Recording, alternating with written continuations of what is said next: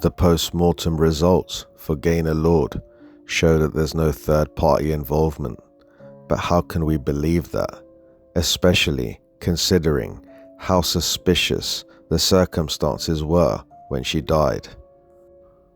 What really happened to Gaynor Lord?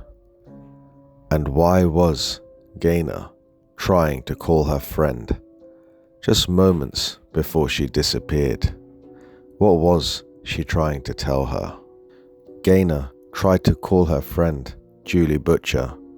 Unfortunately, Julie was busy at that moment, and she told Gayner that she would ring her back, which she did. Unfortunately, Gayner did not pick up the phone. Let's listen to what Julie Butcher had to say about these phone calls. She said, "It's Gayner. Where are you?" And I said, "I'm at home." And at the time then my phone was ringing, and it was a client, and I wanted to take the call. I had to take the call, so I just said to Gayner, "Sorry Gayner, my phone's ringing, and can I call you back in about 2 minutes?" And she said yes. Around about 2 minutes later I rang her back and she didn't answer. So I rang her back again and left a message to say, "I'm sorry, couldn't take your call."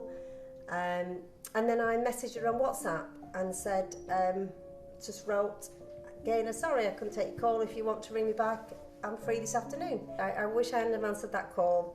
Really wish I hadn't have answered that call, and then she may have talked to me a bit more, or, I might have found out the reason why she was calling me.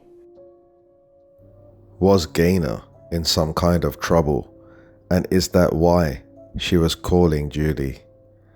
Was this just a courtesy call, or was she trying to reach out to Julie for another reason?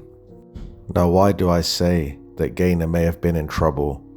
It's because of the way that she was running towards the cathedral once she finished work.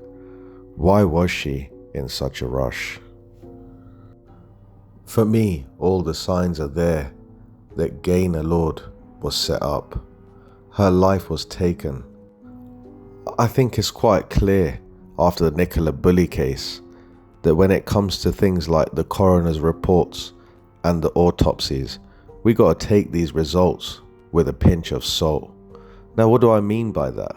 Well, Nicola Bulley had bruises on her body. There were signs that there was a third party involved, but yet it was ruled as that there was no third party involved. Now, why was that? You see, even if Gayner had marks on her body or bruises on her body, they would have probably still said that they don't believe that there's a third party involved. And we don't even know if there was bruises or marks on her body, because they're not going to tell us that. Now, why do they think that we are stupid? If somebody was going to take their own life, why would they run? Why would they rush to do it? We can clearly see on the CCTV that a car could have easily hit her. At that moment, if she wanted to take her life, or if she felt like taking it, that could have been the perfect moment, but yet she dodged it because she didn't want to get hurt. She didn't want to take her own life. Everybody has said that knows Gayner that her actions that day were out of character, completely out of character. Now, if she was suffering from some sort of mental health issues, then it would have been mentioned by now by a family member or her friend Julie. So the question is, who done this to Gayner?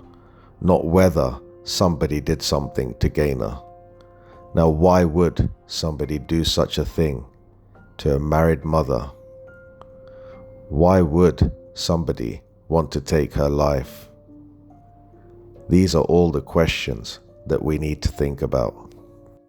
You see, the thing is, it's quite clear to me, even in the Nicola Bulley case, that the questions that we should be asking now is, why did somebody do this to Nikki? Why would somebody want to hurt Nikki? Not whether somebody did or not. I think it's quite obvious that there was a third party involved in the Nicola Bulley case, just like In Gaynor Lord's case, the question is, again, who's doing all of this? And is there a killer on the loose? Let's remind ourselves of the ridiculous situation that happened in the Nicola Bulley case. The woman disappeared. For 23 days, they couldn't find her, and yet her Fitbit was still working. It was still showing that she was active.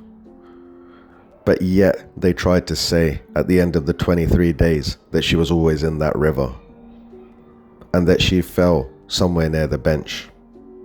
We could all clearly see that the water was only a few inches deep near the bench. The Nicola Bulley case was clearly a setup. Somebody obviously put her body there afterwards. Now what happened with Gaynor Lord? Whoever's doing this is not stupid. Something is going on. Who is it? Where are they? And why are they doing this?